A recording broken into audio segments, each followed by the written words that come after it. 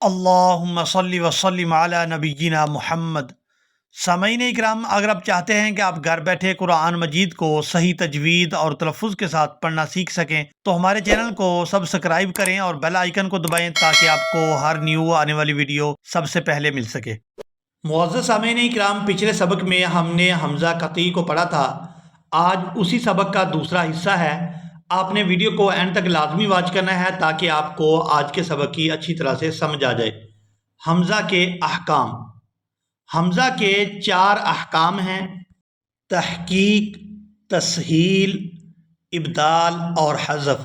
آج ہم ان چاروں میں سے نمبر 1 تحقیق کو پڑھیں گے۔ سب سے پہلے سمجھتے ہیں تحقیق کے معنی کو۔ تحقیق کا معنی ہے خوب واضح کرنا۔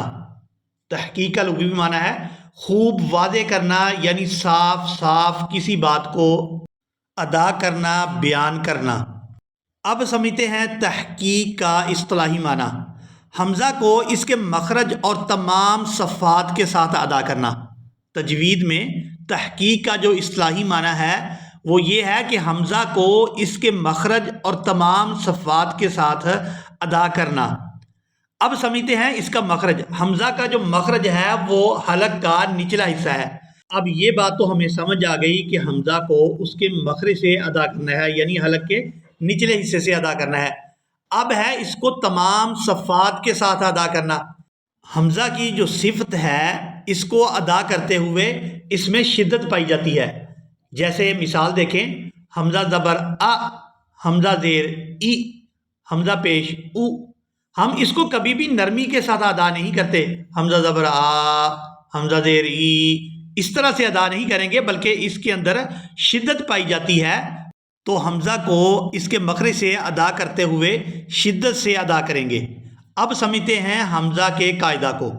جب 2 حمزہ قطعی ایک یا 2 کلمہ میں جمع ہوں، جب 2 حمزہ قطعی ایک یا 2 کلمہ میں جمع ہوں تو ان کو تحقیق کے ساتھ پڑھا جائے گا۔ تحقیق یعنی خوب واضح کر کے صاف صاف ان کو ادا کیا جائے گا۔ دوبارہ پھر اس کے قاعدے کو نوٹ کریں کہ جب 2 حمزہ قطعی ایک یا 2 کلمہ میں جمع ہو جائیں تو ان کو تحقیق کے ساتھ پڑھا جائے گا۔ اب حمزہ قطعی کی مثالوں کو قرآن مجید سے دیکھتے ہیں تاکہ ہم اس بات کو اچھی طرح سے سمجھ لیں۔ یہاں آپ لوگ آیت دیکھ رہے ہیں، قُلْ أَإِنَّكُمْ أَإِنَّكُمْ۔ یہاں پر 2 حمزہ قطعی جمع ہیں، حمزہ قطعی۔ ہم ان دونوں حمزہ کو تحقیق کے ساتھ خوب واضح کر کے صاف صاف ادا کریں گے۔ قُلْ أَإِنَّكُمْ أَإِنَّكُمْ، اور اس کے مخرج سے اور اس کی صفات کے ساتھ اس کو ادا کرنا ہے ہم نے۔ اب اس کی دوسری مثال دیکھتے ہیں۔ یہاں آپ لوگ آیت دیکھ رہے ہیں، وَقَالُوا أَإِذَا أَإِذَا۔ یہاں پر 2 حمزہ قطعی موجود ہیں، تو ہم ان کو ان کے مخرج سے اور اس کی صفات کے مطابق ان کو ادا کریں گے۔ اس میں جو صفت پائی جاتی ہے شدت والی، اس کے ساتھ ہی اس کو ادا کیا جائے گا۔ أَإِذَا أَإِذَا، وَقَالُوا أَإِذَا ضَلَلْنَا فِي الْأَرْضِ۔ آگے پھر دیکھیں یہاں پر بھی دونوں حمزہ قطعی موجود ہیں۔ أَإِنَّا أَإِنَّا، خوب واضح کر کے اور صاف کر کے ان کو ادا کیا جائے گا۔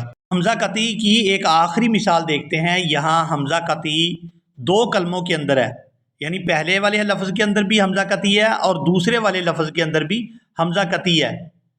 2 کلموں میں یہاں پر حمزہ قطعی ہے، تو ہم اس کو اس طرح سے ادا کریں گے، مِنَ السَّمَاءِ إِلَى الْأَرْضِ، مِنَ السَّمَاءِ إِلَى الْأَرْضِ۔ مجھے امید ہے کہ آپ لوگوں نے حمزہ کی جو پہلی قسم تحقیق ہے اس کو خوب اچھی طرح سے سیکھ اور سمجھ لیا ہوگا۔ ملیں گے ایک نئی ویڈیو میں، تب تک کے لیے اللہ حافظ۔